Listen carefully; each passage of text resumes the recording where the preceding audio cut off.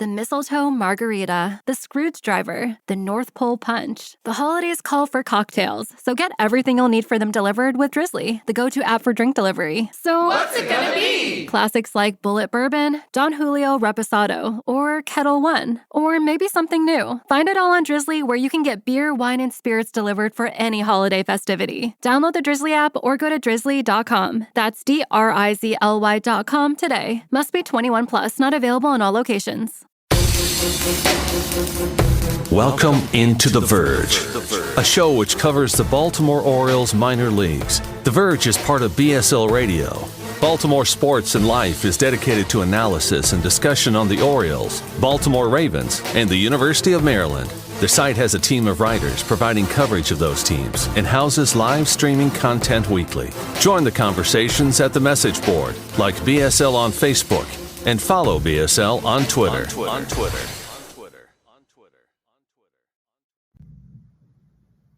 Want to make a podcast? Spotify's got a platform that lets you make one super easily, then distribute it everywhere and even earn money, all in one place for free. It's called Spotify for Podcasters, and here's how it works. Spotify for Podcasters lets you record and edit podcasts right from your phone or computer, so no matter what your setup is like, you can start creating today. Then you can distribute your podcast to Spotify and everywhere else podcasts are heard. Video podcasts are also available on Spotify. With Spotify for Podcasters, you can earn money in a variety of ways, including ads and podcast subscriptions. And best of all, it's totally free with no catch.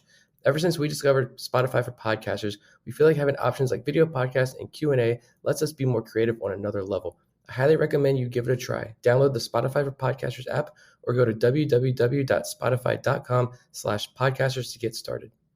How can you hear us? Can you hear us all right? All right, we'll go ahead and get started then. Welcome on The Verge. This is Zach Spedden, joined as always by Bob Phelan and Nick Stevens. We are here previewing the 2023 MLB playoffs, which feature the Baltimore Orioles, your American League East Division champions. We're also going to recap the regular season, recap the minor league season as well. But first, Bob wants to shout out some patrons who are in the room. Yeah, we have Vivek. He's already thinking about this year's Rule 5 draft. We have Keith Shaw, not Keith Mayo, Keith Shaw. And Patrick Seaman, he's looking forward to the next baseball card break in the patron group. A couple of others here as well. We have Garrett, who is not part of the chat, but is a patron. We also have my parents, who were, I think, the fourth patrons, not the first, but the fourth. So they got in there. But we're going to start out first by giving out our awards from what was a very good 2023 season in both the major leagues and the minor leagues.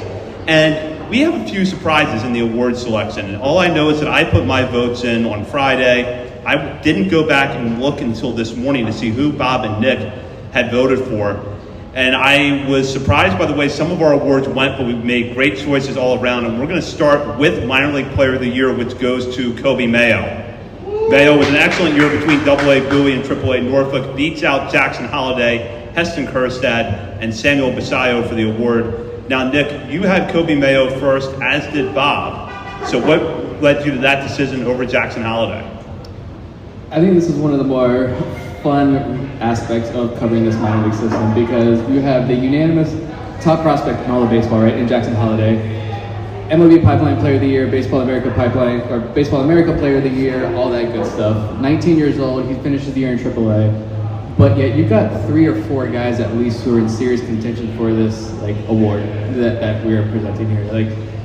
This minor system is, saying it's stacked, I think is just an understatement, honestly. And you look at a guy like Kobe Mayo. I went with Mayo over Holliday just because when you take age and level that they achieved what they did in, Holliday had fantastic numbers, right? There's no denying that. But Kobe Mayo is also just 21 years old this year and reached AAA. And I mean, looking at his numbers, the kid put up 45 doubles, 29 home runs, and a 973 OPS across 2 different levels.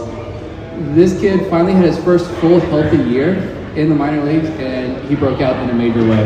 I said before the season started that a healthy Kobe Mayo would finally get that breakout that we were all hoping for. He was healthy, he broke out, and I'm very, very excited to see where the future takes him, because the kid, and then in the AAA championship and that international league championship series and the AAA championship game in Las Vegas, it seemed like he hit everything the opposite way, in the same spot almost. Everything is he's evolving even more, which is scary to think about. So that's why I went with Mayo. Yeah, obviously Jackson Holiday, you can't say enough good things about him. I'm sure we'll talk about him more in a little bit, but Kobe Mayo, just a couple years older. He started the year in AA, repeating the level, just dominated there for a few months, went up to AAA, took a few weeks to a month to get adjusted, and then dominated there. He was 4 for 4 with a home run and a double in Game 3 of the international playoffs. I feel like his defense at third base has really improved as well. I think that's underrated development this year. I think he could be competing for a starting position out of spring training next year. We'll see what happens, but just a fantastic season overall for Kobe Mayo, and love to see it. We'll go down now to our Pitcher of the Year, and this is the only part of the awards where all three of us had the exact same ballot. Chase McDermott, our unanimous Pitcher of the Year. He was followed in second by Alex Pham and Justin Armbruster third. If you listen to our show last Monday night, we actually broke this race down a little bit to talk about really the contrast between McDermott and Pham. Both had excellent cases, and in different years, Pham would have been a hands-down winner, but McDermott with a really strong season. And Bob, I don't know what was kind of the tiebreaker for you. For me, I think it's the fact that McDermott went to what was a very hitter-friendly environment in the International League this year and actually improved on what he had done at AA earlier in the year. Yeah, exactly. We saw a lot of pitchers that had success at AA, like Justin Armbruster, a third-place guy. He still had success at AAA considering the level, but McDermott just got better despite, having to adjust to the automated balls and strikes and the challenge system. I don't know if the International League used the tacky ball, but he just was even better than he was at AA. And, it's unfortunate his season ended with an injury, but hopefully he can recover from that quickly because I think he's got a chance to help the Major League team in 2024.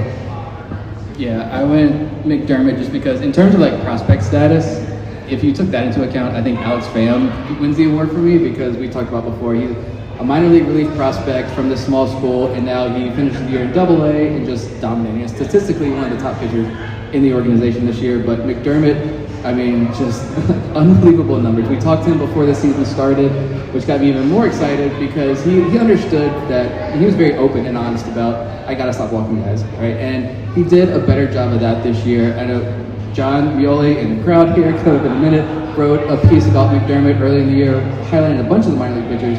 And the numbers when this kid throws strikes, guys weren't hitting him in AA. They weren't hitting him in AAA when he threw strikes. And so that continued. It's unfortunate that he had the back injury that ended his season early. It would have been nice to see him pitch in the championship series. But yeah, I came into the year thinking McDermott, this fringy, is he a starter? Is he a relief prospect? Is he like a DL Hall type prospect where maybe his future is best in the bullpen? I don't know. But after this season, I think he enters spring training hopefully healthy, and he's probably ticketed for Norfolk to begin the year next year, but he's going to be in camp, worked as potential starting pitching prospect or potential starter in the major leagues at some point next year. Yeah, we called him the right-handed DL Hall a few times this season, and he just doesn't give up hard contact. He doesn't give up many hits. It's just a matter of how many guys he's going to walk. But worst case, you have a high leverage arm in the back end of games. Best case, you have a mid rotation starter. Yeah, and it became a lot easier to see McDermott as a possible starter this year. We'll move on now to our manager coach of the year.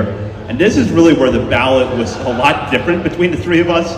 The winner of this award, to come as a little surprise, Buck Britton, the manager of the Norfolk Tides. Norfolk had an incredible season from start to finish, winning not only their first International League title since 1985, they also won the AAA Championship Series. Also receiving votes for this one, Forrest Herman, Bowie pitching coach, Brink Ambler, the hitting coach at Norfolk, Austin Miney, the pitching coach at Aberdeen, as well as Justin Ramsey, the pitching coach at Norfolk. And honestly, there are a lot of names that we left off this because we only give ourselves three people per ballot. But there were a lot of names we left off of here that could have been consideration. But Britton really deserving of the award this year. And I'll go to Nick here for this one. Norfolk had, as I just said, great season from start to finish. They pick up the International League title, they pick up the AAA championship, but it feels like Buck Britton didn't have a lot left to prove coming into this year as a manager in the minor leagues, and yet he managed to outdo himself. Yeah, he's just like so many other coaches in the minor leagues. Like the players, they've risen up the ranks with the players, and it's so much fun to see them have this success. Like you said, you could just pick a name, right? Any guy at any level, and they deserve this award. Austin Miney was at Charlotte, or UNC Charlotte. I think they dropped the UNC, I don't know, but he's at Charlotte, Conference USA school, right? And now he is the high-A pitching coach, and guys like Alex Pham having a breakout season under his tutelage. You look at Sherman Johnson, we talked about him last week, the Double-A hitting coach at Bowie. This was his first pro coaching job, and we're getting, it doesn't matter, every time we tweet something about a minor league coach, unsolicited, we get a DM from some player in the organization, guaranteed, every single time. Someone will reach out in our DMs like you're absolutely right, A, but you're underestimating him, or you guys nailed it. Like this is what he does. This is how he's made me better. I mean, from Chris Holt down, we get these DMs from these players unsolicited, and I think it just speaks volumes to kind of what these guys do down there in the organization. And it's an unbelievable culture. It's an unbelievable player development system they got going on. Yeah, even like a guy like Tim DeJohn, who we'd love to have on the show. It's become a yearly tradition. Hopefully we get him back. He's always good. It's really hard to tell because who knows what these guys are doing, but whatever they're doing, it's working. And Buck Britton, a guy who it wouldn't be surprising if you found out he was replacing Freddie Gonzalez as the bench coach next year at the major league level. Clearly a way to bridge the gap between all the young talent coming up and the major league team, help ease that transition, but just an assortment of riches, just like the players, the coaches down there. We'll go now to our last two minor league awards. The Platinum Glove for the second straight year goes to Joey Ortiz. Ortiz battled some issues this year with injuries, but when he was on the field, displaying his usual excellent glove work at shortstop, Judd Fabian and Dante Williams also picking up votes. Williams making some highlight reel plays for Bowie this year, and Fabian just as steady as they come between Aberdeen and Bowie in center field this year. And then our breakout player of the year. This was an interesting race, but it goes to Samuel Basayo, who came into the year with high expectations, managed to exceed just about all of them, now a consensus top 100 prospect in the game. He is joined in that category by Alex Pham, Luis De Leon, and Billy Cook. So we're going to start here with Ortiz. And by the way, the train going by right now, you can get a MARC train to Riverdale, Maryland for as little as $8. And I'm going to plug that because someone has to care about MARC. But we'll go start off with Ortiz. Had concussion issues in spring training, all up and down between AAA and the majors early on in the year. But when he was at AAA, getting consistent playing time, he not only excelled at the plate, but put together more highlight reel defense. Bob, this is your favorite prospect, so I'll let you start. Yeah, I wasn't quite sure what to make of Joey Ortiz after the ups and downs this season, but I feel like it was a matter of him being on the 40-man. It was easy to bring him up in the spot here and there. I'm still really high on him. I think he hits the ball as hard as anyone in the system, even as such a little guy that he is. He still hits the ball like 114 miles per hour, max exit velocity. Bug on the table here. And obviously he can play shortstop as well as anyone. That should translate to second base and third base as well. I think I was not certain if he was going to be a trade candidate in the trade deadline into the offseason until Mike Elias made those comments about how he's a starting shortstop in the major leagues and maybe that place could be in Baltimore. So still hold out hope that next year is his time to at least get more regular playing time in the major leagues, but we know he can play defense. I think he's just got to lift the ball a little bit more and his offense will be just as good. So I remain hopeful.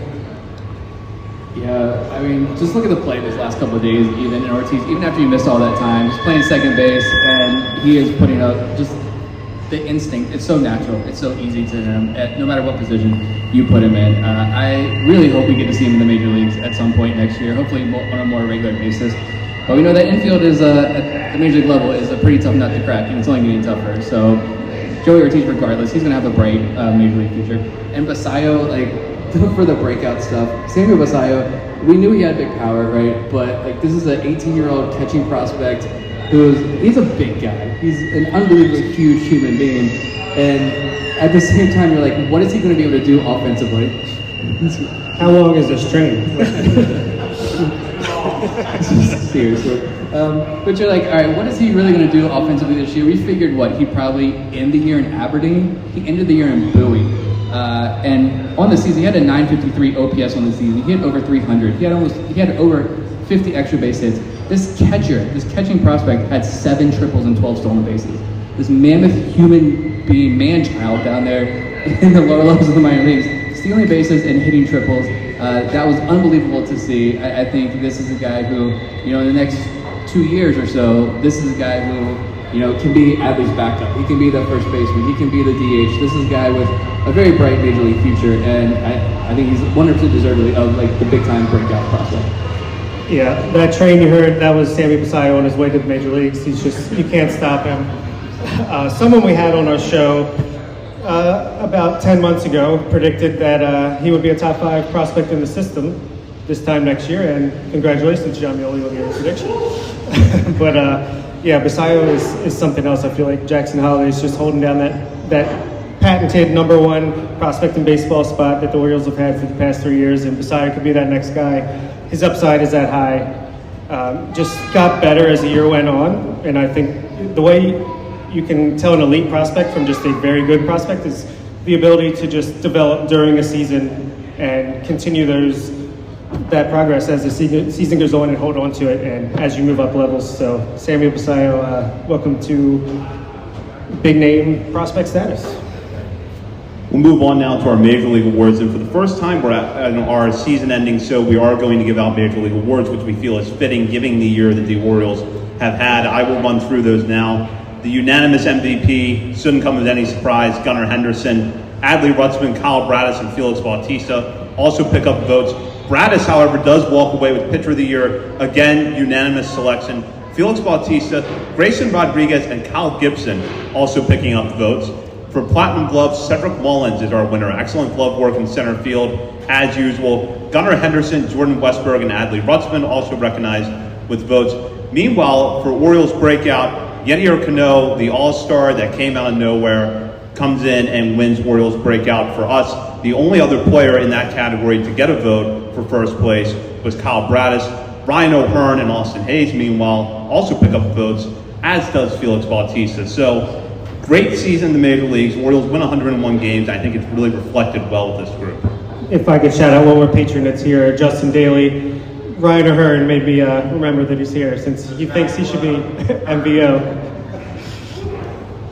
Yeah, I don't even think, Gunnar Henderson, man. I went to one game this year, and it was the Saturday game in the Mets series. I drove 2.5 hours to come to this show because I'm the Virginia kid. But so between COVID, having 2 kids, and it was just coming up to Camden Yards, making this drive was a lot.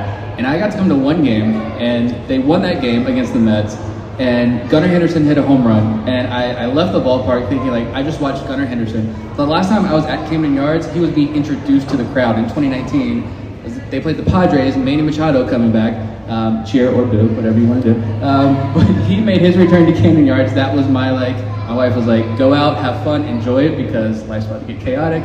And I watched the Padres come into town. The dark ages when I would go to Camden Yards to watch the other team that was in town. And now it feels really good to go to Camden Yards and watch the Orioles succeed. But yeah, and I remember Gunnar was being introduced, and now I left that ballpark thinking this team is in first place. They are charging very quickly towards the playoff, the number 1 overall seed. And I just watched Gunnar Henderson hit a home run in an Orioles uniform now for the first time. And that was that moment where I'm like, this is something different. This is awesome. This is special. I mean, he was almost a 5-WAR player on Fangraphs, and that is that borderline of all-star and superstar according to their chart. And I think that's very accurate. He is borderline, 21, 22-year-old superstar in the major leagues in just his first season here. It's unbelievable. Yeah, if you take out that first month, I think he batted 285 for the season on his way to a runaway Rookie of the Year campaign. The Orioles are going to have 3 first-round picks this year in the 2024 draft. Vivek, I know you're excited about that. But easy pick for me. I shouldn't say very easy because Kyle Bradish and Adley Rutschman, of course, are right there. Anthony Santander, Kyle Bradish. There's a really solid group at the top. But just for me, Gunnar Henderson, especially if you consider it's his first full season in the major leagues, I felt like he just took this team on his back in the second half of the year. Yeah, absolutely. And the way that he made strides on both sides of the ball this year was something that really jumped out at me, because early in the season, he had the issue where he was sometimes too patient at the plate. And then in the field, the throwing was a real issue, and that was something we had noticed back in 2021.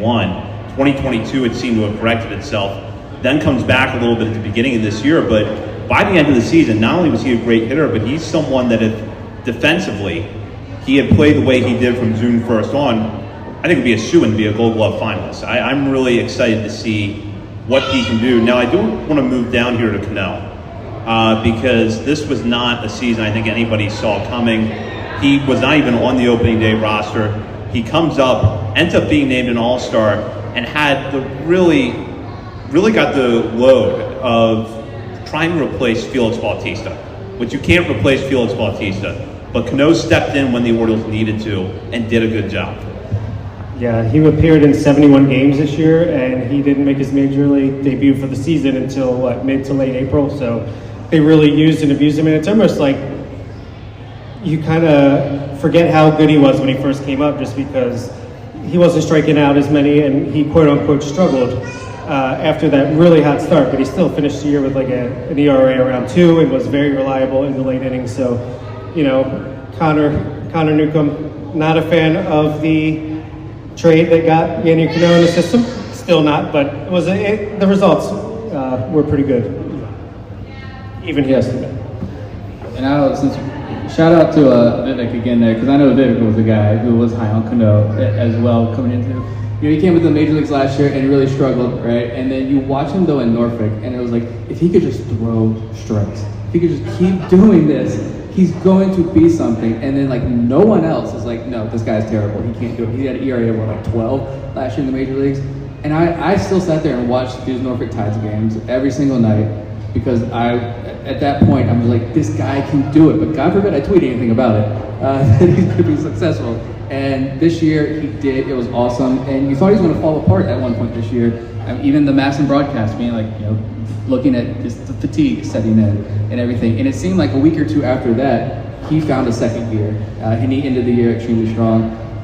Just an unbelievable find. You call him the throw-in of a trade, whatever you want to call him. He's on this roster, and it was another example of the player development process standing out. And just the player development process isn't just about minor leaguers, right? Once they get to the major leagues, these guys are developing as well, and this organization is doing a fantastic job of finding these types of guys.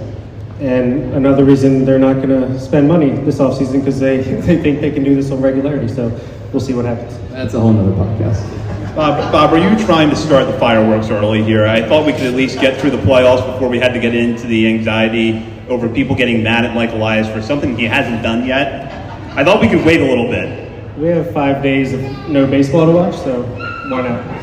All right, well, with that, we're going to very quickly introduce our guests for tonight. You're going to be hearing them here over the next rest of the segments. From Locked On Orioles, the host, a good friend of the show, Connor Newcombe.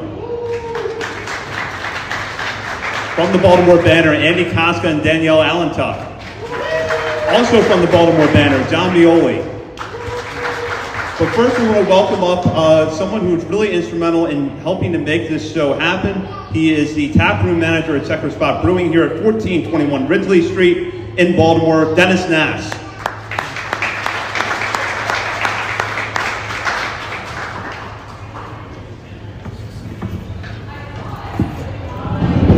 So Dennis, great to have you on here. I know you're a big Orioles fan. How are you feeling after this season?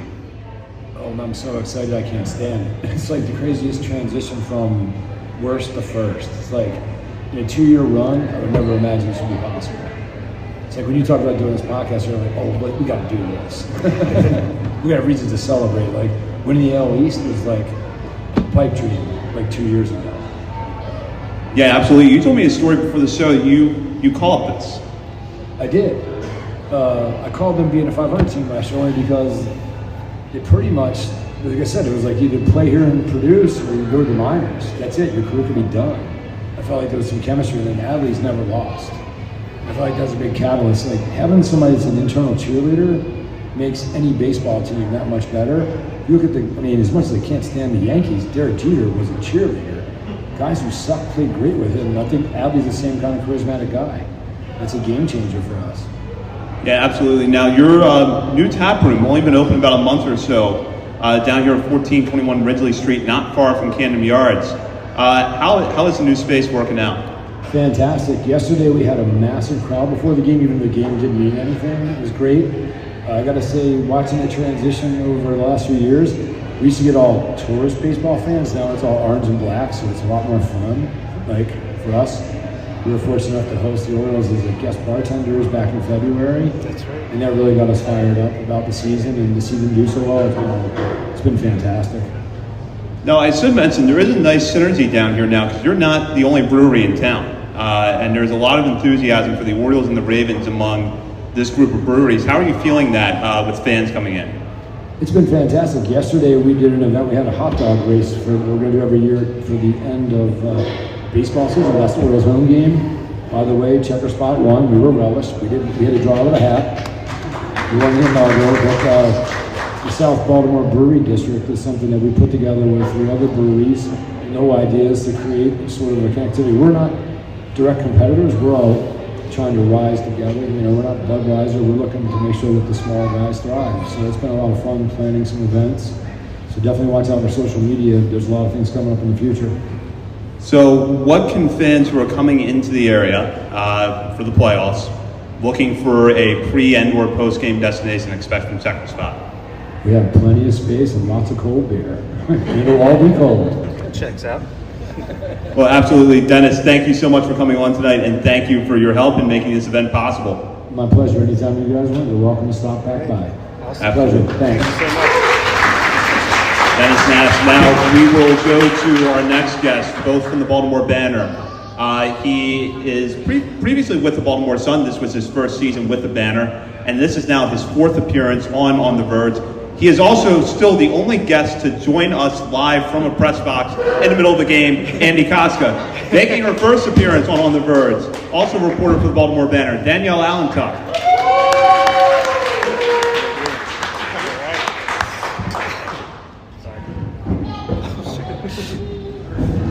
So we'll have to pass around the microphones here to make this work.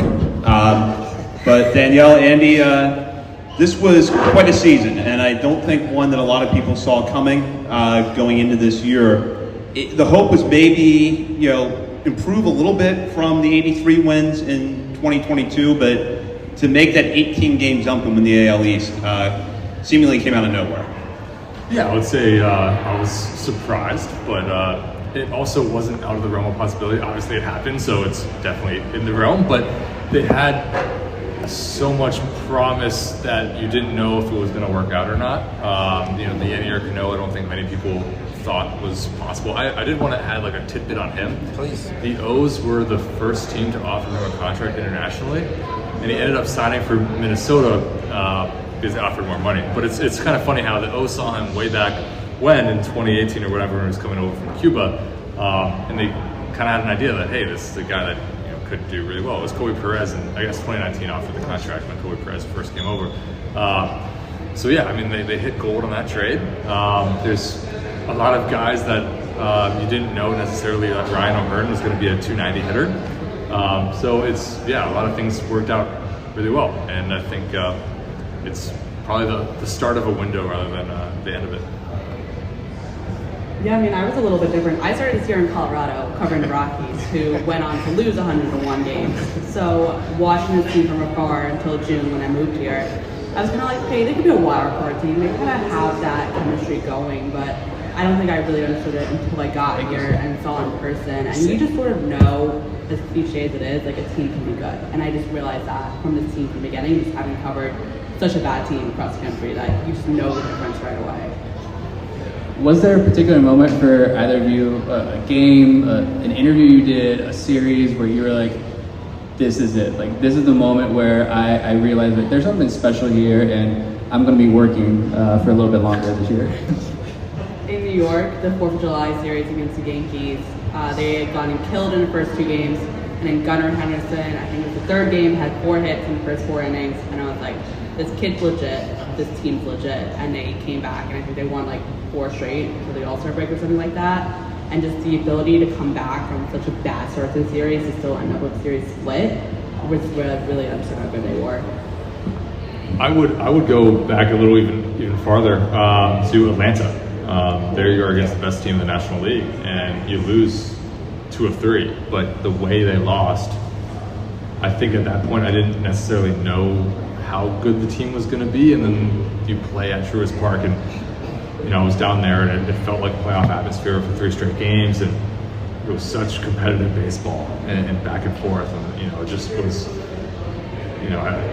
I think everyone was a one run game, even all three of them, or correct me if I'm wrong, listeners, but I think Atlanta was when I thought, okay, they can hang with the big boys and maybe be one of those big boys themselves. So that's kind of when I realized, like, okay, this team's really good, which is very early in the season. Yeah, and similar against the Dodgers, they got blown out in that first game, and then they just came right back, and what they won, at least the next game, I can't remember if they won the next two, but how important is this vaunted non-sweep streak? 92 series in a row since Adelaide came up? They haven't been swept. Like, is that just consistency of win at least one game in every series? Is that key to how they got to 100 wins? Oh, absolutely. Well, mathematically, yes. Makes sense. But also, just I think it's no coincidence that it started with Adley Rutschman coming up. I think somebody said earlier he's a winner. And it's true. He holds everybody to a higher standard. His example is, is quiet leader, I'd say. In the clubhouse, he's not the most outspoken guy, at least when the media's in there. Definitely when the media's in there. But you can see him when he comes off the field. How he lifts up his pitchers. It doesn't matter who it is that hits a home run. He's one of the first guys there celebrating with them. He's a cheerleader, I think one of you mentioned as well. I mean, he's a big presence on this team, and it's very helpful when your star player is also such a great clubhouse guy. That is a special thing, and not everyone has that. So yeah, I think they go hand in hand. The fact that they haven't been swept in that long, and I think it's a testament to a good. Honestly, most World Series teams have long losing streaks at some point in the season, and the fact that the O's have not lost more than 4 games this year is quite astounding. Yeah. So, I mean, not saying that they're going to win the World Series, but it is. Heard it here. Yeah, we heard it here first if it does happen. But it is impressive nonetheless. Yeah. I mean, I think it's impressive, but I don't think it matters. For being honest, because it's just a streak. I think just the streak. Oh man. Different kind of streak. I think they would still be in this position. I think it's impressive that they, were able to make adjustments. If they lost the first 2 games, they could come back, but nobody cares really. I don't think any of them really care. Fair. All offseason, we were hearing fans clamor for the Orioles to go out and get atop the rotation arm. That didn't happen in the offseason. Didn't happen in the trade deadline. Yet Kyle Bradish not only took it to the next level, but we're talking about someone who's going to get considerable down ballot Cy Young votes this year, most likely. For the two of you, was there a particular point where you realized that Bradish had maybe made that big stride to now being a guy that is a very good number 1 starter for a playoff team? I think that's what's been so impressive about him, that there hasn't been a moment. He has been a consistent guy all season. He's had his really good starts. He's had only really a couple bad starts, but he's just been so consistent all year, where I was like, that's what you want from your number 1 starter. It's a guy you just know, you look, okay, Kyle's starting, he's going to go 6-7 innings, it'll all be okay. And that's what he is. Yeah, I have a Cy Young vote this year, and he's going to be on that ballot somewhere. Humble brag. He has been incredibly consistent, and I actually go back to last year when he returned from the injured list. It seemed like a different pitcher, and kind of reminds me of, this is off topic, but like Grayson Rodriguez when he came back from the minor leagues, different pitcher. I think there was just a little bit of a reset last year for him when he was out for a month. Comes back, he has a great final third, whatever the however long it was. This year he's been the ace, which has been very impressive to see him develop even more. I don't know if I expected this high from him, but yeah, he's proven that he can kind of be that big time arm, and probably gets the ball game 1. The Orioles, if you could, I feel like a big part of the reason for the non-sweep streak even is just who can you even say was like a huge disappointment this year, right? Even Ryan O'Hearn, you signed him and he comes up and he bats 300 most of the year with power. Is that a fluke, or do like Michael I said, they know more than back in the baseball card stats? Like, are they getting more out of those types of guys, Ryan O'Hearns of the world, whoever, the waiver claim relievers? Like, are they getting more out of them than other clubs would, or is it just a little bit of good luck as well as doing a good job? Luck is definitely involved. without a doubt. But with O'Hearn, I think, I was talking to him. I wrote a story about his kind of like acceptance of that baseball could be over for him after KC. I think he came in with this open mind of like, hey, whatever Ryan Fuller, Matt Borg-Schulte, Cody Ashley, whatever they say, I'm going to listen to it and see what happens. And suddenly, this happens. So I think there is definitely a case for good player development at the major league level with these waiver claims. But also, definitely you've seen it at the minor league level. You guys have way more than I have of minor league guys being really good. So I think luck plays a role in everything in baseball. It will play a large role in October, but I think it's pretty, without a doubt, there can be a lot of credit to the hitting staff as well. Follow-up for both of you, is Ryan O'Hearn back in 2024? I don't see why not. Yeah, he'll still be in arbitration, which keeps his contract relatively inexpensive. He made $1.3 million this year, probably goes up to $3 million. I think, why not resign? Yeah. Left-handed bat, first baseman, great. $3 million is a little cheaper than free agent. Absolutely, yeah. With Danielle, they want the cheap option. So. Yeah, $3 million, as Danielle said, cheaper than a free agent. So I think could be back. All right. Nice. Gunnar Henderson was just voted MVO, and deservedly so, right? But you guys have been in the clubhouse every day. You talk to these guys. You see the behind-the-scenes stuff that fans don't see. Is there a guy in the clubhouse that, and you both are well connected to, Orioles social media conversations right about guys. And so is there a guy in that clubhouse where you say the most underrated Oriole, if that was an award, if fans knew what they did behind the scenes or what their impact was in that clubhouse, perceptions would change of that player maybe, or they just don't get enough credit, from the national perspective? You would answer? Get the home field advantage every time with Fairfield by Marriott, official hotel partner of the NCAA. Whether you're a student athlete working toward your championship dreams or your team's biggest fan, Fairfield by Marriott has everything you need to get ready for game day. From comfortable guest rooms to complimentary hot breakfast, Fairfield is part of the Marriott Bonvoy portfolio of hotels and official hotel partner of the NCAA. Visit fairfield.marriott.com to book your next game day stay. I was going to go Cole Irvin. Okay, that's right. Okay. That dude, his pitching-wise, has barely made an impact on his team. He's eaten up innings, but he's just an incredible guy. He's trying to get them a dog. That is so cool. Yeah. He supports all the guys. He knows everything about their families. Everything's about them. You always see him in the clubhouse, which is so rare nowadays. We come into the clubhouse and everybody else scatters. It's like they're scared of us, or don't want to talk to us, more like it. So But Cole is always there. He's always willing to talk. He's just a good guy, and I think that he's made more of an impact in the clubhouse than he has on the field. Well, that's a great answer. Cole is a great guy, phenomenal he's a media member's dream, truly. I was going to say my answer initially, which I agree with Cole Irvin 100%, but Danny Coulombe, and I think fans do realize how great he is, but just as a clubhouse guy too, has been superb. And I always find it hilarious how this is the guy that they got on the last day of spring training as a nothing trade for cash. And here he is, pitching 7th, 8th innings, as a great left-handed matchup guy, but also can get right-handers out. And that's, absolutely necessary when you have a 3-batter minimum. You're not a lefty specialist anymore. If you're a lefty, you've got to get right-handers out. And he's been great at both sides of the plate, and definitely a great clubhouse guy. There's nobody that has been more welcoming to Shintaro Fujinami than Danny Coulombe.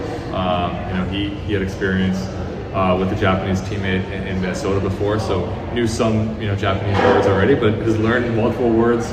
Most of them can't be said on air.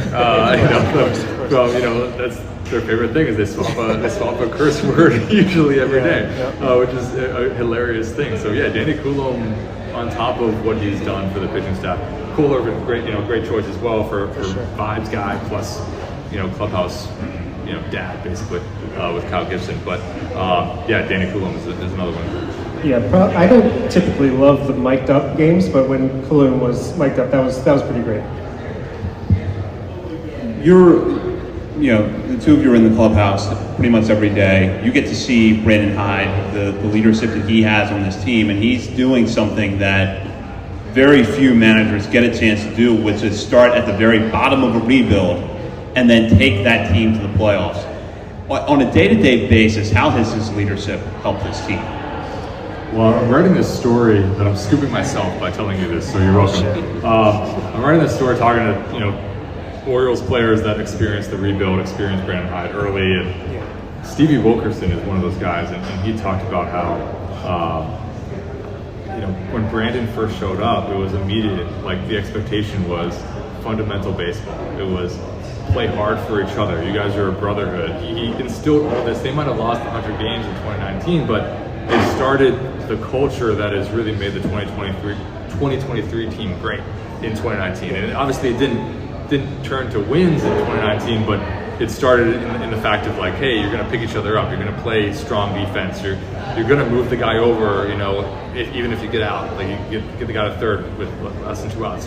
Those are the things that Brandon loves in baseball, and he started teaching that so early, and I think that has not been lost on any of these guys. And it carries over with Hayes, Mullins, the guys that kind of experience the lows. They have experienced it and helped this team understand that they're definitely leaders in the clubhouse too. So it's not just Brandon Hyde, but it definitely stems a lot from what Brandon has done. I also think the thing that I've noticed here that I haven't noticed with the two other teams that I've covered is he delegates. You don't see him on the field taking rounders or helping the pitchers. He knows where his expertise is, and he's willing to bring in and let those other coaches do what they're best at. And I think that's been a big reason why this team has developed so well, is he's not trying to control everything like I saw other managers do in other markets. Colorado. And New York. I was going to say, for Danielle specifically, you've covered other teams. What is it about, is there something about this organization, in the clubhouse, the way they do something, maybe it is, like that Brandon Hyde example, is there something about this organization that's just, it stands out to you, and what makes this Orioles clubhouse and organization special, specifically this year? I mean, if we're talking clubhouse, the players actually like each other, which makes a big difference. You don't see the veterans kind of being the veteran douche to the younger players. You see the veterans let the younger players stand up, let them talk for themselves. They let them take accountability for their actions. I feel like, especially in Colorado, they have two veterans who would, they would be the ones who have to talk every single time, and they would take responsibility for everything else, which I think kind of weighed a lot on them and put a lot more pressure on them. But this is an actual team. Looking developmental-wise, they're not just out there like saying things that they're doing, they're actually doing these things. I mean, they have the track record there. They kind of admit that they're not willing to spend money, and they follow through on that, which is fine because they get better in other ways. But particularly in Colorado, they would spend money and then say that they're a draft and develop team and not be able to draft and develop. So I think there's a lot of combination of things that have gone right, and I think that they got lucky that these players like each other. I don't think that's natural. We've all been on teams and in offices, I'm sure, where we don't like our coworkers. I am. But it's a good vibe, and I think that helps a lot. Do you think that vibe, that atmosphere also is going to help some of these younger guys come into their own, like just feel confident in themselves, like moving forward in the next couple seasons? A young player comes up and he does a scrum with the media, and they feel like they've been there forever. Like, they are just comfortable the second they get up. I think part of that is the vibe. I think part of that is the older players like Coulomb. When DL Hall came up, gave him a pep talk before he talked with us, and DL Hall was very calm. Then when it was his turn to talk to the media, I also think, these players all came up together. Yeah. So there's no strangers anymore, really. Well, I'm more excited for this organization than I think I could be. I just have one more question about looking ahead to this playoff series. Do you guys, either of you see any surprises with this playoff roster? And specifically, what do you think the role for a guy like Jon Meoli is going to be coming into the playoffs? Starting with surprises, I wouldn't be shocked to see Heston Kjerstad not on the playoff roster. I think they might give more weight to Orion McKenna defensively, which of course means that it's going to be completely inverse. Heston Kjerstad is going to be on the roster. Good point. Danielle corrected me, which is what she always does. Don't worry.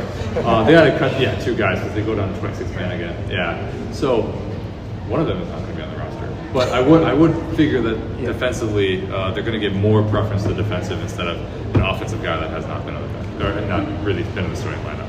So Heston has shown the power, but I don't think it's going to be on the playoff roster, which of course everything can change in an instant. Jon Meoli, I think, is a huge boost. I think it could be a starter in that playoff rotation. You know, if you want to go with 4 guys probably for a playoff rotation, you probably have, you know, Bradish, Grayson Rodriguez, Jack Flaherty.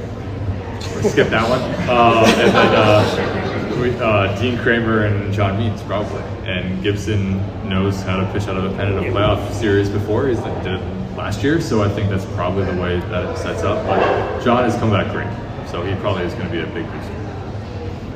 I mean, I don't think Heston makes it because they don't trust him to do anything but hit. I mean, they don't trust him to field. They don't trust him to run the bases. They didn't really give him, I think, enough time to show he could. I mean, I don't know if he can. I haven't seen him play personally that much, but he's not making it. McKenna's probably taxi squad, I would say. Heston's probably taxi squad too. Yeah. I have Jon Meoli as my number 3 starter because he is the freshest arm right now.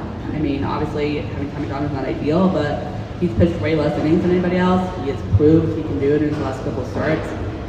He says breaking ball is not even where he wants it to be yet, so maybe we haven't even seen anywhere close to his best stuff yet. I think you have to cut off one more pitcher. I mean, it could be Cole. He was the last one called up. I would not be shocked if it's Jack Flaherty. They don't need another long guy, though. True. Well, can you trust Fujinami in a high leverage situation? Depends on the day. Well, that's the thing. It always depends on the day. Well, I think that you just give him a short leash. You take him out as soon as he starts to question. I mean, I would, like, I agree. I think Fujinami's on the playoff roster. I'm playing devil's advocate here.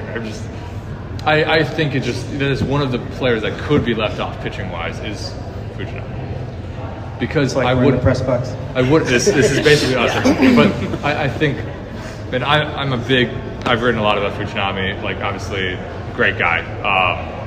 I just don't know if he can be trusted to throw enough strikes to be in a high leverage situation. I think he can. There you go. There you go. Any shocks like Joey Ortiz over Ramon Urias, or I mean that's just a random example, but any shocks of out of nowhere things? Or you think pretty much the team that got him here is the team they're going to run with? I think we're going to have some shocks on the taxi squad. I think we'll see a couple prospects just come up and see a major league postseason for the first time. But the taxi squad doesn't really matter. Yeah, I think we'll see Jackson Holiday maybe on the taxi squad. There's a potential. I mean, I've just they wanted him in the major league spring training for as long as possible when he was, his first spring training. Why not have him around for his first, big league postseason? Even though and honestly, he could be, heaven forbid that Henderson gets injured. Yeah. He could be, in that mix to be, Joey Ortiz obviously would probably be ahead of him, but he could be a candidate for, and there's an open 40-man spot. So I'm not saying anything, but there's an open 40-man spot. You could have Jackson Holiday. We'll wrap up here. The Orioles have a long way off, which is either going to be credited with them winning the series or blamed on the fact that they lose the series. Inevitable. Now, with that said, what do the two of you think happens next weekend when the Orioles start the ALDS, and what happens in the postseason with the Orioles? Okay, I mean, my personal opinion is that if they're going to lose early. I think they're either going to lose in the ALDS or they're going to go all the way. I don't think there's an in-between. I think obviously it depends on who they're going to play. I think if it's Texas, they'll get through easily. If it's Tampa Bay, they'll still get through, but probably in 5 games. All right. Yeah, I think the weaknesses for Tampa and Texas are there. With Tampa's lineup has a lot of injuries right now. Texas' starting pitching staff especially has a lot of injuries. With, Scherzer probably unavailable. I think they just added another. Was it John Gray just went on the injured list? So that's a blow. Pretty sure it did. Somebody in the crowd, John Gray. Yeah, he got me there. John Gray went on the injured list. Thank you, Connor Newcombe. One of the best players. Yeah. So there's weaknesses both places. I think they get through the ALDS. ALCS is going to be a lot more challenging. You have a team like possibly Houston that is going to be a close series, and it's going to be a toss-up. But yeah. We don't know. That's the great thing about baseball. We don't know. Yeah. Well, Danielle and Andy, thank you so much for joining us tonight, and check out their excellent work over at the Baltimore Banner. The Baltimore Banner has a lot of good sports coverage, not just Orioles, but the Orioles coverage is particularly great. Danielle Allentuck and Andy Kostka. Thank you, guys.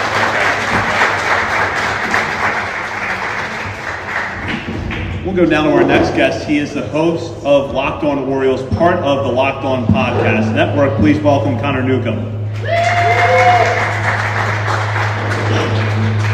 He's taller than you think. Yeah.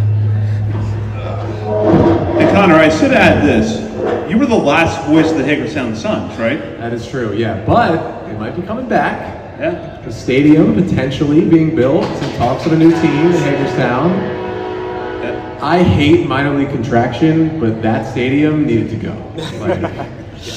So was this before or after you had to climb the spiral staircase to the press box? Oh, every that day. thing was terrifying. Every day, up a spiral staircase. The press box was unsafe.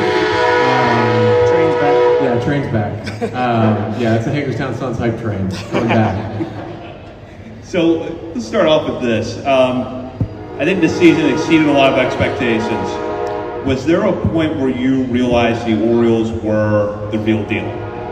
I mean, I think the first moment, honestly, was that series in Atlanta, where, I mean, that Braves team is ridiculous. That lineup 1 through 9 is like nothing I've ever seen. And the fact that the Orioles were 4 outs away from sweeping the Braves in Atlanta, yes, it was May, and you never know what was going to happen after that, but that's when I thought, okay, this team could at least make the postseason. Like, I thought this team might have the stuff to do it. And then when they were, basically right below Tampa in second place, they went to Tampa in June or July, whenever it was, and took 3 of 4 in Tampa, took the division lead, had the comeback win on Sunday, against Fairbanks, and took down Glasnow. I just thought, like, this is going to be their best competition in the division. They just took 3 of 4. And at that point, I was like, this team could win the East. Like, nothing's stopping them at this point. Get the home field advantage every time with Fairfield by Marriott, official hotel partner of the NCAA. Whether you're a student athlete working toward your championship dreams or your team's biggest fan, Fairfield by Marriott has everything you need to get ready for game day. From comfortable guest rooms to complimentary hot breakfast. Fairfield is part of the Marriott Bonvoy portfolio of hotels and official hotel partner of the NCAA. Visit fairfield.marriott.com to book your next game day stay. I know you have an ongoing thread of your favorite games of the year, right? So what would you say now the season's over is your absolute favorite? For me, it's the Tampa Bay comeback in 11 innings or whatever it was, but what do you think? Yeah, the Sunday against Tampa, I mean, that was, to clinch the playoffs, to see the celebration was unbelievable. I was there the night before, which was great. I mean, the division clinching game was awesome. That game was not memorable at all. Like, nothing really happened in that game that was super memorable. I mean, even though they shut him out, I mean, Kramer only went 5 1/3, so it's not like you're remembering a great pitching performance. Alex Verdugo did, make a jumping catch barely at the warning track. There you go. Heston Kjerstad had a big, I mean, that's a moment he's always going to remember.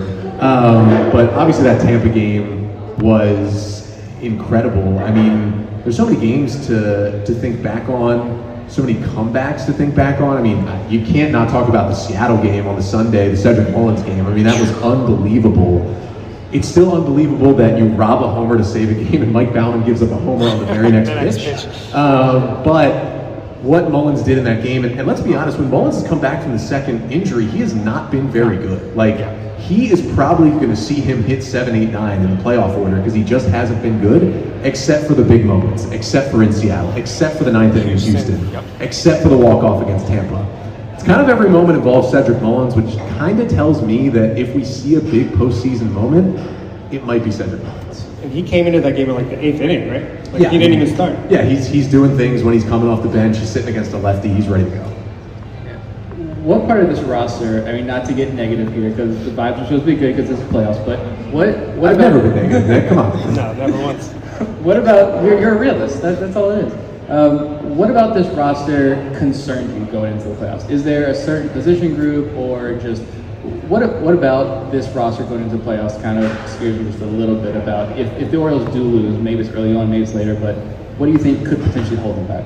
Yeah, I mean, this is like a little bit of narrative ball, and I had the guys from Cespedes Family Barbecue, Jake and Jordan, on my podcast a couple of weeks ago, and we talked about this. Like, there's not a lot of stats to back this up, but a classic narrative is the team that's never been there before, are you worried about what they're going to do in the postseason? The Orioles, on the roster right now, have 6 players who have ever played in the postseason, and there's a chance they have less than that on the playoff roster. Like Danielle talked about, Jack Flaherty might not make the roster. There goes one of them. Like, there's Jacob Webb's probably on the roster, but you never know. He's a guy with playoff experience. I mean, you know, you count James McCann, he's your backup catcher, he's got 7 playoff plate appearances. So, like, you're really looking at Jack Flaherty, who might not be there, and Aaron Hicks as the guys who have ever played truly, like, in a postseason run. Does that worry me? No, because the Orioles have shown us all year that they do not care. Like, it doesn't faze them. It's not that they're playing with house money, they just don't know any better at this point. Like, they're sometimes ignorance is bliss. Yeah, ignorance has been bliss for this young team, but that, along with like the rest versus rust thing that Zach talked about, a big narrative if they go out in the ALDS is going to be, well, they've never done it before, next year is going to be the year. Well, they've never done this before, and they won 101 games, and when their backs were against the wall, they took down Tampa in back-to-back games. And when their backs were against the wall, they won 5 in a row to just walk to the division title. So, yeah, things are ratcheted up in the playoffs, but if you think about it, they're probably going to play Tampa. They've seen that team 13 times this year. They saw that team 19 times last year. They know what they're getting from the Rays, and that's one thing that worries me, I guess, a little bit, you know, outside of, you know, not having Felix, but I think they can overcome that. So that kind of brings me to the question I had in mind here, which is, when you look at the American League side of the playoffs, what opponent scares you the most and which one scares you the least? Give me the Blue Jays in the ALCS, please. We will wax the floor with Toronto in the ALCS. That team has no idea how to beat the Orioles. I mean, yeah, like, nobody record that and post that, because when they beat us in 5 in the CS, I'll have everybody from north of the border, like, not being nice for the first time. But 10-3 against Toronto, like, I want to see that team. And to be honest, I kind of wanted to see Toronto and Tampa in that wild card series, because I feel like the Orioles are combined 18-8 against those two teams this year. Like, if your scenario is you're playing one of those two teams that you've seen a million times, either a Toronto team you've dominated, or a Tampa team that, I mean, soon they're going to call me to come play shortstop. Like, they're just running out of players at this point. That's a good spot. Now, does Texas have any pitchers? No, but Texas's offense is awesome, and the O's were 3-3 against them this year. Like, that's a team that's had some success against the Orioles. Nobody scares me more than the Astros. I mean, nothing scares me more than Kyle Tucker and Yordan Alvarez back-to-back in the order. I mean, and that's after you face Altuve and Bregman. It's a ridiculous order. They've now got Michael Brantley back, who's just the most annoying hitter to face in the world. He's going to slap a single the other way. You just know it. And Jose Abreu's starting to swing the bat better. That team scares me like nothing else. I had a friend talk to me about how maybe it would have been nice to have Houston and Tampa, because then, you know, one of them would have knocked out the other, and they're probably your biggest 2 competitors. But I think a perfect case scenario is you get Tampa, you know enough to beat them, and somebody beats Houston on the other side. Minnesota just gets on a crazy pitching run, or the Blue Jays start to hit. Because if you can see Toronto or Minnesota in the ALCS, I think the O's can go to the World Series. You have probably been the biggest person up on Kyle Bradish, other than maybe ourselves. I don't know. Well, you're right in line with us. But outside of a line drive off his foot in the beginning of the season and then a bad start against Boston, he's been pretty impeccable. I think, you know, that line drive might have cost him like a top 2 or 3 spot in the Cy Young this year. Just talk about Kyle Bradish and how awesome he's been. Yeah, I mean, you know, from that trade, it stunk to see the Dylan Bundy era end like that. I mean, I was at the game when he debuted at the end of 2012, when they just kind of brought him up with the expanded rosters. They were like, this great prospect. He's never going to be on our playoff roster, but look at this. Then he gets Tommy John. He has multiple injuries. And when he was good in, you know, 2016-17, like, he was really good. And they parlayed that into getting a couple of pitchers in that deal. And, you know, at this point, you know, you never know what's going to happen with the 2 guys who got TJ, but Bradish has been incredible, and watching him some in the minor leagues and knowing the stuff, and I'm sure some of you out there like love Eno Saris, like one of the best baseball analysts there are. Like, his Stuff Plus model has always been on Bradish and his breaking balls, and I've been just, I mean, this is probably the point I talked about the most on a daily podcast all of last season was Kyle Bradish, throw more sliders than you throw any more pitch. His fastball, his 4-seam fastball, it's bad. It's just bad. Yeah. He picked up a sinker, which was a good first start, but I just kept saying if he can just throw the slider as his number 1 pitch, if you can turn into Lance McCullers without the Tommy John, like this is going to be a special, special pitcher. And that's where we got to, and we got to Brad. I mean, every start, the slider's the number one pitch. It's 30-40% of the time every time he throws it. And that plus a hammer curveball are two of the best pitches in baseball. And you look at him and you say, if he ever wants to get to like the next level, he'll probably have to find a fastball and a four-seamer that's going to get swings and misses. He doesn't have that right now. But the sinker's good enough and the stuff is good enough where he's going to go out there game one. And, you know, it is nice that the O's get to rest and another team has to play a wild card series. You're not going to see the number one starter in game one. But whoever he goes up against, the Orioles are going to have the better starting pitcher in game one of the ALDS. And even how good this team has been this year, that's kind of hard to fathom, but that's the case with how good he's been. Any concern with the bullpen going into the playoffs? You know, that's a position, you know, we always, I think in our chat, I know personally, it's like, why give big money to a reliever, right? They're so volatile of a position, but every year at the trade deadline, teams overpay for even, you know, mid-tier relievers, right? Because of how important that bullpen is come the postseason, especially come the World Series. Any concern with Batista not coming back until probably 2025, unfortunately? Any concern going into this postseason? You saw the debate unfold about Fuji there for a little bit. Any concern from you about the bullpen heading into this playoff series? Yes, and I think because the bullpen does not miss enough bats to be considered one of the best in the postseason. In the postseason, you're going to be used differently than in the regular season. We saw that Thursday night when the Orioles went for the division win. Brandon Hyde managed that thing a little differently than he has all year. You know, he pulled Kramer earlier than he would have in any other game. He went to DL Hall in that spot. He went to Cano not in the ninth inning. And he went to Tyler Wells when he did because he wanted Cano to face the top of the order, get the ground ball outs, go to Tyler Wells. Now, I think Tyler Wells can miss some bats, so that could be helpful for the Orioles. But Felix Bautista had like a 50% strikeout rate, essentially. Like, that is absurd, and that is why the Orioles always used him in the extra innings. Now, there's no zombie runner in the playoffs, so that's going to help. You don't want that runner on second where you have to miss a bat. But there's going to be times where Iñigo Cano comes in with first and third, one out in the eighth. There's going to be times when Cionel Perez comes in first and second, nobody out in the seventh inning. You need a strikeout sometimes. And yes, a double play can be better in those spots, but sometimes with a runner on third, you need a strikeout. And the Orioles have missed a lot more bats over the last couple of weeks, their bullpen, when it's finally gotten rest after the 17 days in a row. But you think about who they're relying on. Cano's a ground ball pitcher. Perez is a ground ball pitcher. I think Danny Coulomb is more of a bat misser. Right now, in Tyler Wells' current state, he's really been a fly ball pitcher for most of his career, but he's kind of been a ground ball pitcher out of the bullpen since he came back. You don't really have a strikeout guy. The guy who misses bats the most is Fuji, which is why I think they might put him on the playoff roster. Just because you know if you can harness it one time, it's going to be better than maybe anything else you have. And if you can just have him be the last pitcher, I mean, maybe.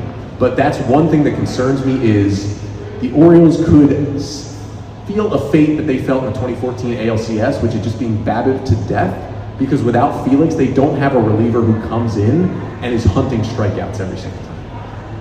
If Fuji comes in a high leverage spot in the playoffs, the floor in my house is going to be worn out from me pacing around until he's off the mound. Yeah. Now, with that said, it feels like if you're going to get through the postseason, you got to have a couple of guys who just have a huge spike in production. Who do you see maybe being someone that isn't an obvious producer that ends up coming up big in these 5-7 game series? Well, he's an obvious producer, but Anthony Santander is the king of the heater.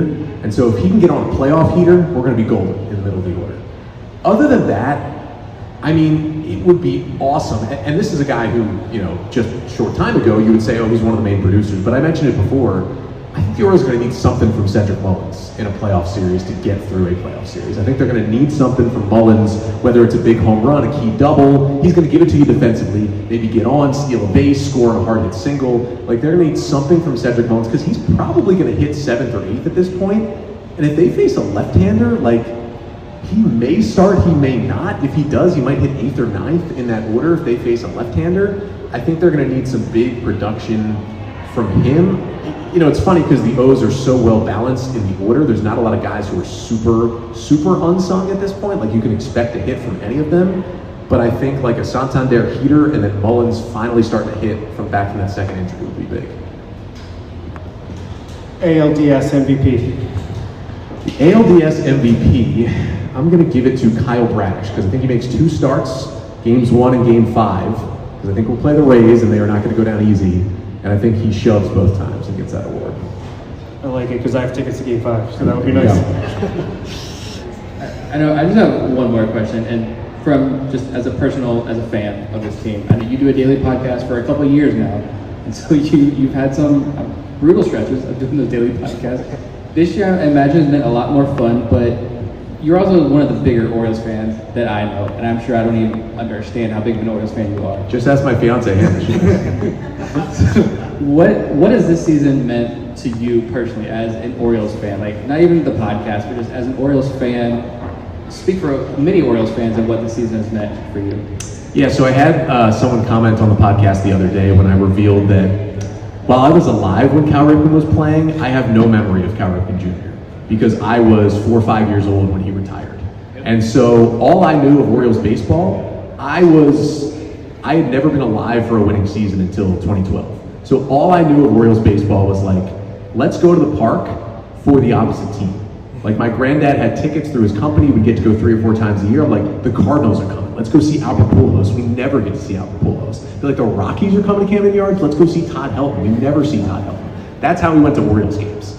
And seeing the Buck era was awesome. Like that probably honestly invoked more emotion out of me than this has, just because I had never seen a winning team. Like not even a team that sniffed 75 wins had I seen in my life.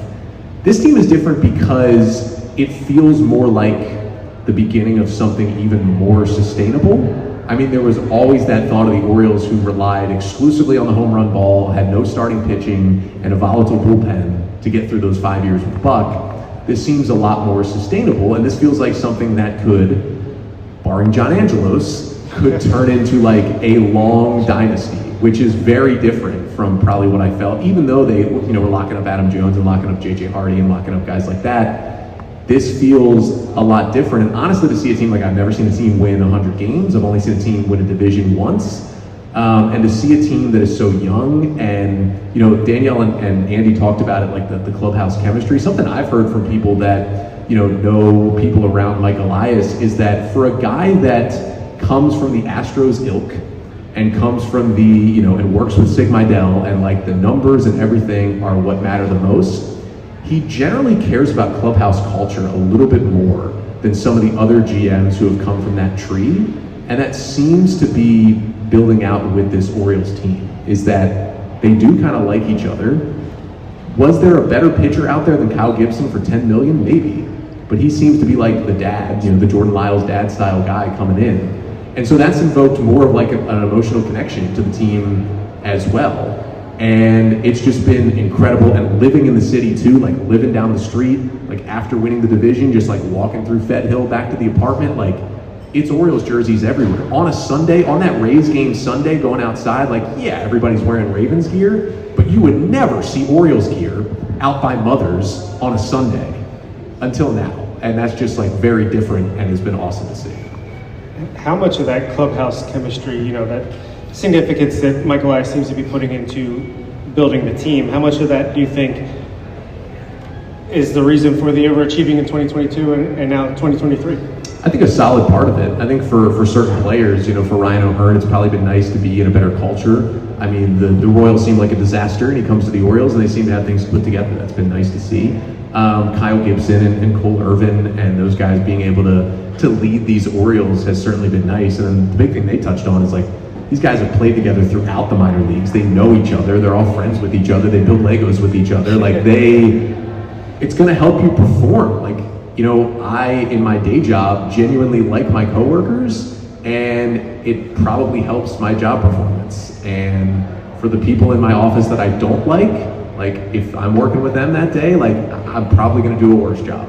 So, I mean, I know baseball's very different than like the 9-to-5 world, but it probably translates there too. And I think they've got the right balance of veterans with young studs, and Brandon Hyde's just been unbelievable for this organization. I think it all comes together. Now, you're not going to win 100 games off vibes, but you can win 83 games after winning 50 games off of some more vibes, and then you kind of translate it to what happened this year. Oh, go ahead. I'll just say, covering the Orioles should be your full-time job. So maybe one day. So we'll wrap here. You just predicted what's going to happen in the ALDS. What happens the rest of the way? I think this Orioles team can get to the World Series, like I really do. I think it would be nice to have a break and have Houston get knocked out. That would be really nice. That's a team that scares me a lot. I'm going to not predict they win the World Series because the Braves and the Dodgers are so good and have been there. And you also have the Phillies who were there last year. And I think there's more talent in the National League than there is in the American League, so you just never know what's going to happen there. But I think Daniel made a good point about the way this team plays. It's like either going to be you get dropped in 4 games in the ALDS, or like you're making a deep run to the World Series and competing. Like it feels like this team, they just got a couple of playoff wins under them. I think game 1 of the ALDS might determine like the future of this entire team. They can go out there in front of a sold out crowd. Kyle Bradish gives you 7 innings of 1-run ball, and you can beat the Rays or the Rangers in game 1. I think they're just going to be off because they're like, wow, we can do this. We've never done this before. We won a playoff game, and they know how talented they are. They know how many games they've won this year. My prediction is a loss of the World Series, which is going to be crushing the moment it happens, and about 24 hours later is going to be unbelievable to think back to if that ends up being the case this year. Well, Connor, thank you for joining us tonight. You can check out his work at Locked On Orioles, a daily podcast. Connor Newcombe, thank you for joining us. Thank you guys. Second year back. Always good to have Connor on the show, and now we're going to go to our final guest, another regular of On the Verge. He is with the Baltimore Banner, Jon Meoli. Jon, come on up. So, Jon, I do have a little bit of an announcement here before we start. Tonight's a record breaker. 8 appearances. You have passed Stephen Loftus for all-time guest appearances on the Verge. That balloon over there was actually supposed to drop when you took the stage, but somehow it flew over there. So we don't have that for you, unfortunately. But how does this feel to win such a cherished award in Orioles social media landscape? Gosh, I just want to thank my wife for all the time she has put our daughter to bed to let me come on this podcast. I want to thank, I want to thank you guys. I want to thank Andy and Danielle for just being here, and Connor. I want to thank everyone. Gosh, I'm so excited. But mostly, she's not going to listen to this, but thank you so much to my wife. I feel like I should be doing the same thing right now. She's got 2 straight days with 2 toddlers at home. But I think you've done an excellent job during this rebuild of your own personal blog before joining the Banner, especially kind of highlighting the player development side of things and highlighting kind of what matters, what performances matter, what statistics matter. Are you surprised, though, that we're sitting here doing this in October 2023 and not talking about the first place Baltimore Orioles and not doing this next year or even in 2025? Yeah, I mean, it would be crazy to say no. Even though this team had a winning record last year, it would be insane to think that they would just rip off 100 wins and win the division and be in a position where, like, everyone who's come up here can reasonably talk about them being a team that can go to the World Series. But when you peel back how that happened and how they got to this point, that's the part that's not surprising. Talking to people, not necessarily from the Orioles, but more and more you hear from people in other organizations that work with other teams, and the Orioles are just kind of becoming a model for how teams hire, teams develop, how teams build a culture and an environment of collaboration. I think that is something that you can't replicate and you can't just create overnight. This took a long time. It could have taken longer. I don't think it could have happened any faster, but it could have taken a lot longer. And I think you guys have talked about a couple guys who have come from other places and gotten fixed. And I was talking to an analyst for a story I was doing, Lance Brodzoski, I think his name is. And he was basically saying, like, there's probably someone in every organization in baseball who, if they got their hands on Jacob Webb, would have him doing what he's doing. But there's 25, 26 organizations that would not let that person have a say. And the Orioles let those people who have those opinions have a say. And there's no friction. There's not a lot of pushback on a lot of these things. They just do what they believe will work and let that thesis play out. And I think you're seeing the results now. Clearly they've maximized their playoff odds this year, but how are they going to maximize their playoff success in this postseason? I'm in the same camp as everyone else who's spoken. I think the playoffs are either going to last 4 days or 4 weeks. I don't think there's a huge in between. But I think this is a team that will benefit from having a lot of guys who have carried them offensively over the course of a season. You know, it's not going to be a situation, you think back, you know, there's no reason to envision like the bad Orioles teams being in the playoffs, but like if the 2021 Orioles, like if the first 3 guys didn't get on base, like they weren't scoring for another 2 innings because there was no one else to do that. I think they're going to be really fortunate to have a lot of different candidates who can just win them a game offensively by, you know, ripping off 3 hits and driving in 3 runs, and like it might not be the person you think it is, but there's a person who can do that. And I think that this is going to be an occasion, you know, I'm seeing in a lot of the playoff previews already. I think it's going to be an occasion for a lot of people to like check their priors on the Orioles like pitching staff and the rotation. You know, even people locally who follow the team are still like you still see this stuff about like, oh, like where's the frontline starter? Are they going to get a starting pitcher this offseason? Like, who are they going to get, and for what that's better than what they have? And like, this is an opportunity for those guys to prove that and make it seem like it's a real thing. And I think if this team wins in the playoffs, it's going to be because those starters are those kind of starters. Yeah. We've talked a lot about Kyle Bradis tonight, but right behind him in the postseason rotation, you're probably going to have Grayson Rodriguez, who overcame, really for the first time in his career, outside of that injury last year, meaningful adversity, struggling in the major leagues, having to go back to AAA, having to come back up, and really from about the middle of July on, one of the best pitchers in the American League. How much of an X factor could he be in the playoffs? I think it's going to be huge. You know, as you guys have been talking about Kyle Bradish and his success, you know, there's not those games where you just know that like Kyle Bradish has it. Like he has games where he goes 7 innings and like the first 3 you're like, oh boy, this is not that night. And then he's pitching in the 6th and 7th, and it's like cool. You know, I feel like the game, his last full start was kind of like that. He didn't really have it. All of a sudden, it's the 7th inning, and like you're good. And then you pitch into the 8th. Grayson Rodriguez has those starts where you just know that he is locked in and he is going for it and he's going to do it. And I think that's going to be so valuable. I don't want to step on you know, any other possible question. Like Grayson Rodriguez's playoff game is probably going to make or break the series, but like talking about like an X factor in that group, like mine would be DL Hall. Like I've told Andy and Danielle, I don't know if I should say it into a microphone, but like he's gonna win them 3 playoff games and lose them 1, and like that's probably a good ratio for somebody with that kind of arm talent. And I think anybody would probably take that. He's gonna get used so much in these playoffs, and I think that's gonna be the outcome: 3 wins and 1 loss. What exactly clicked for him, in your opinions? Because I think last time you were on, I don't know if it was on the show or off-air conversation, but we talked about Rodriguez's development this year was crucial. You look at the history of Orioles and pitching development, and we've been big proponents of a lot of the pitching prospects in this organization. We've been laughed at, so we've people coming after us all the time about these pitching prospects. You guys are homers, you guys are this, you guys are that, and we stuck by some of these guys in particular. But Grayson Rodriguez was the top pitching prospect in all of baseball. And looking at the Orioles' history and looking at what we are hoping the future is going to be in Baltimore, a lot was riding on his success this year. You guys mentioned down the stretch, he's one of the more dominant starters on this team. What do you think clicked for him that separated him?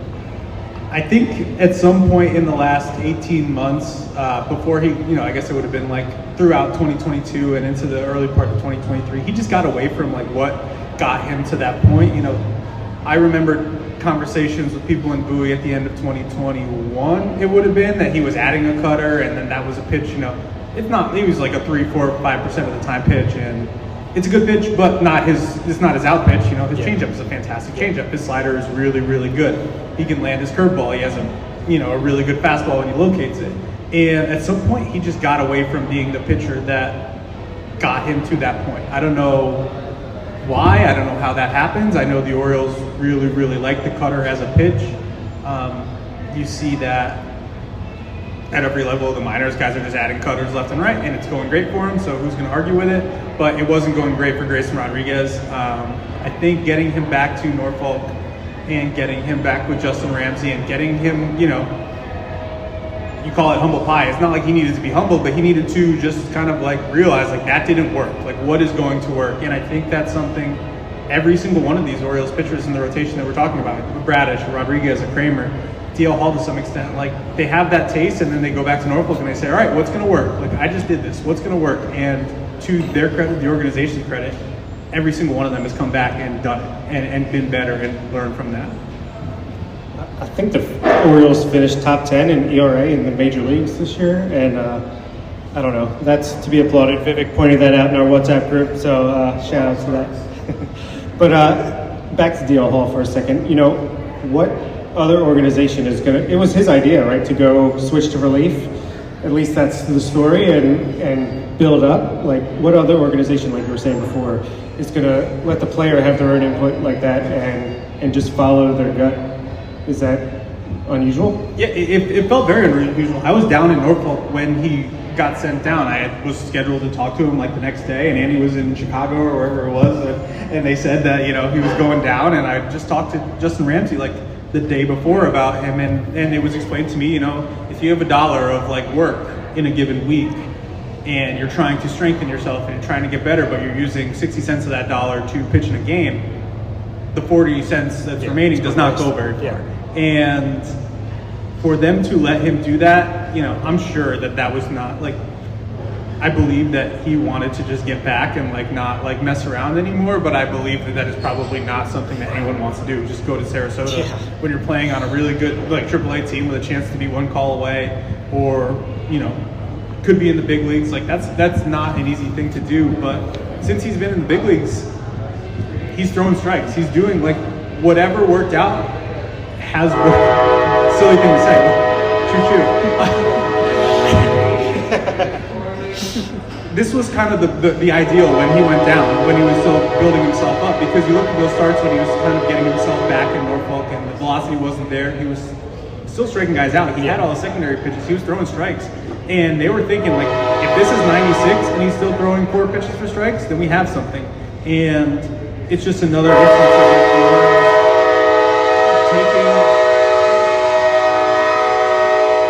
taking it like this thesis and saying, like, if this works, it's going to go well. Let's see if it works, and like, let's give it time to work.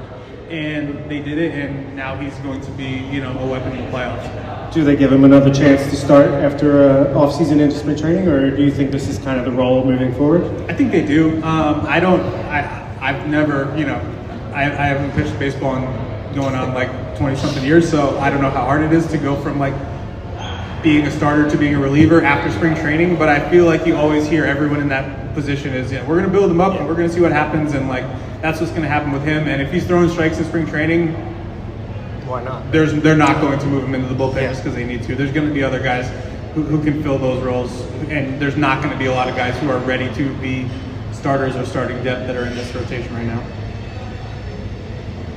We're, you know, you've had a chance to really cover this organization going back to the Duke had so well for years, and then the rebuild, and now the culmination of it.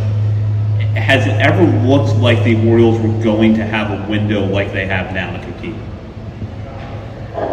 Like in that time, or yeah, just in that time. It was not like this. It did not feel like this. I appreciated how they got what they achieved done at that point, but it was not sustainable. It was not anything that, you know, there was no plan to do what they're doing right now. I think the plan was to keep just trying to win on the margins and hope that the talent that was there would stay, you know, would stay in Baltimore and would help them do all the things they're doing. And I don't think that was a realistic expectation. I think that the idea that, you know, we're talking about 5 years. This was not like a fast process, but it was an effective process.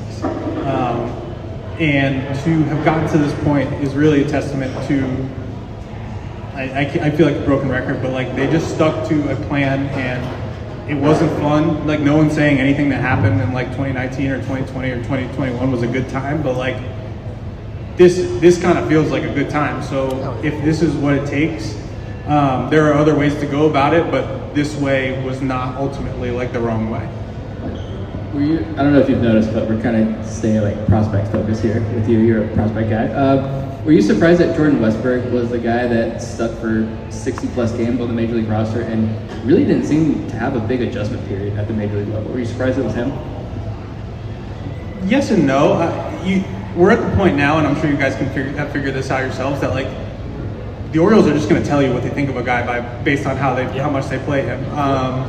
And Jordan Westburg kept getting opportunities. He wasn't playing every day, but he was playing pretty consistently.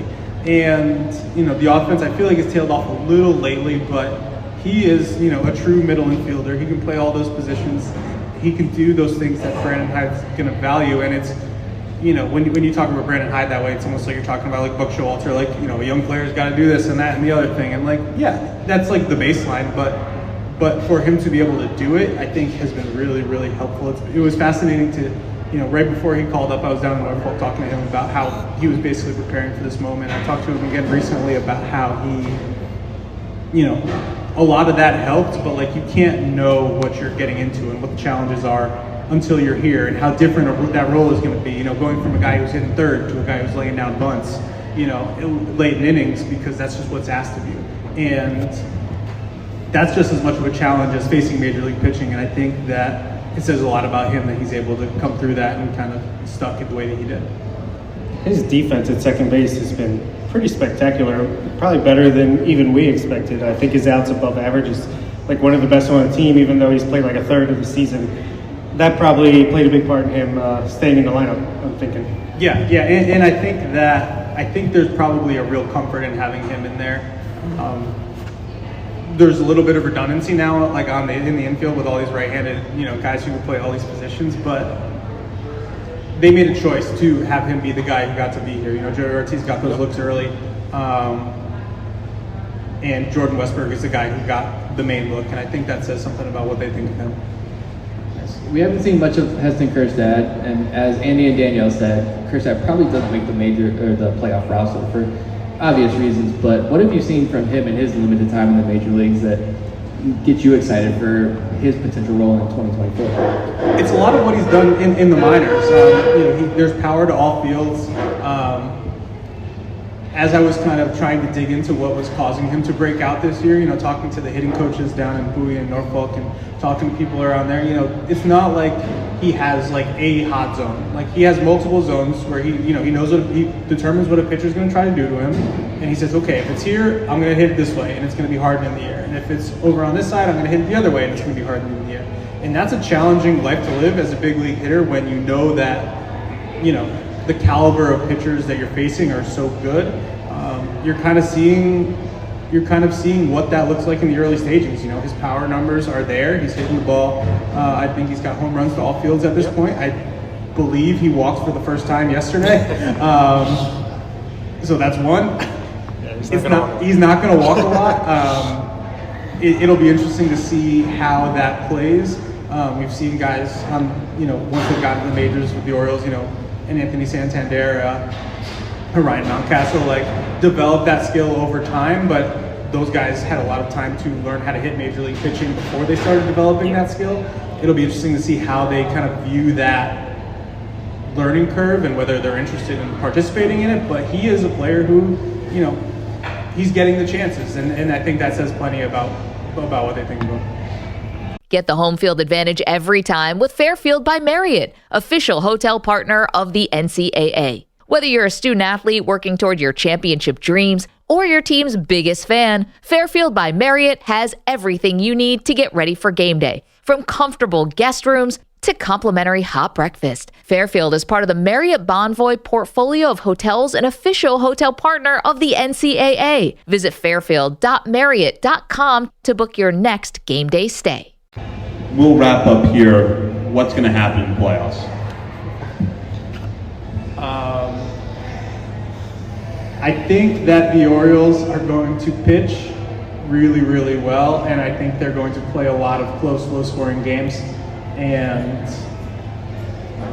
I'm not sure how that part's going to go, but I think the surprising part of these playoffs is that they're going to pitch really well, and I think that, we've seen plenty of times against good teams that this team has not scored as many runs as they do against, some 4A pitcher that somebody's running out there. They could beat the bad ones with the best of them offensively. I don't think that says anything bad about them. I just think it's going to be a challenge. I think it's going to be a lot of close games, and I think it's going to come down to how they pitch. And that's not to say giving up 2 runs or 5 runs. That might be the difference of 2 and 3 runs. And I'm not giving any kind of real prediction because I don't really have one. But I think that they're going to pitch really well, and people are going to be surprised by that. And they might be surprised if they do pitch well that it might not result in them advancing. Well, Jon, thank you so much for joining us tonight, and thank you for really bringing that holistic perspective of the organization and your coverage from the minor leagues up to the major leagues. We enjoy your work here and look forward to your writing in the playoffs. Thank you, guys. Appreciate it. Jon Meoli and the Baltimore Banner. Now, we will take a moment here, first of all, to thank the staff at Checkerspot Brewing, especially Dennis, Audrey, and Justin back there for helping to make this happen. And we appreciate all of you coming out tonight. This has been a fun season. I'm glad we had the opportunity to wrap it up tonight and to preview the postseason. A quick programming note, for the month of October, we're going to be changing our format a little bit. What we're going to do is we're going to bring you shorter but more frequent episodes while the Orioles are in the playoffs. Our first show will be Friday night to preview the division series, and then after that we will be on every off day during the series. So from there would be Monday and then possibly Thursday. Stay tuned to our social media at BSL and the Verge on X, Twitter, whatever it's called now. We're also on Facebook and Instagram. And while you're browsing around the internet, check out BaltimoreSportsLife.com for all the latest coverage on the Orioles, Ravens, college sports, and more. Now we'll wrap up real quick with our predictions. I'm going to start with Bob. Bob, you're the only one of the three of us that had the Orioles going to the World Series preseason. You had them losing to San Diego Padres. The good news, you can wipe the slate clean in the National League. So what happens here? We win ALDS in 4, ALCS in 6, and we beat the Dodgers in 7 in the World Series to win the 2023 World Series. Change my answer. How do I follow that up?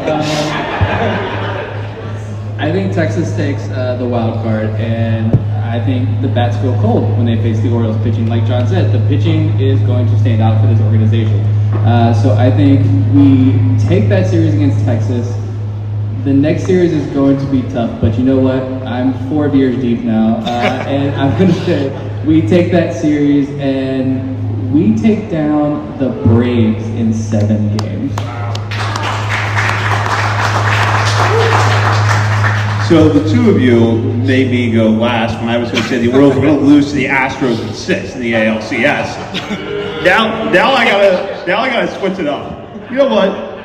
The Orioles are going to beat the Brewers in 5 in the World Series. How about that? Milwaukee's pitching staff will ride the wave to the World Series and will come crashing down against the Orioles. The Orioles will clinch out in Miller Park, which, as far as places clinch go, but they get the World Series. Yeah, we'll take it. We'll take it.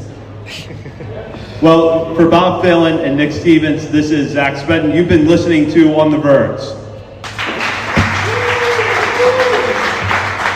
That'll do it for this week's episode of On the Verge. Be sure to check out our Patreon page where you can help show your support for the show and get bonus content, including monthly top 50 updates to our prospect list and daily game recaps during the season, and much, much more.